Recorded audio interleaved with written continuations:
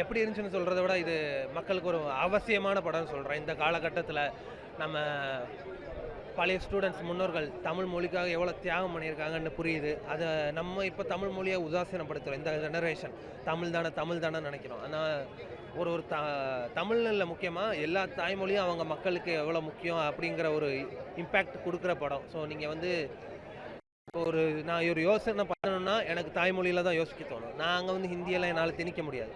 So நல்லா ஒரு முக்கியமான படம், தேவைப்படுற படம் தான் இந்த மாதிரி. அந்த பராசக்தி இருக்குது பார்த்தீங்களா, அது பார்த்தீங்களா? அந்த படம் கட்டாயம் பாருங்கள்.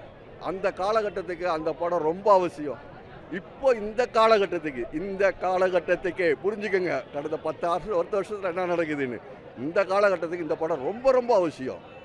இதை பார்த்துட்டு அதாவது இன்றைக்கி இருக்கிற யங்ஸ்டர்ஸ் எல்லாம் புரிஞ்சுக்கணும் எப்படி நம்ம தமிழுக்காக போராடி இருக்காங்கன்னு. தமிழில் என்ன இருக்குன்னு நினைக்காதீங்க. தமிழை உள்ளார்ந்து சொல்லி தந்தாங்கனாக்கா நிறையா விஷயம் இருக்குது.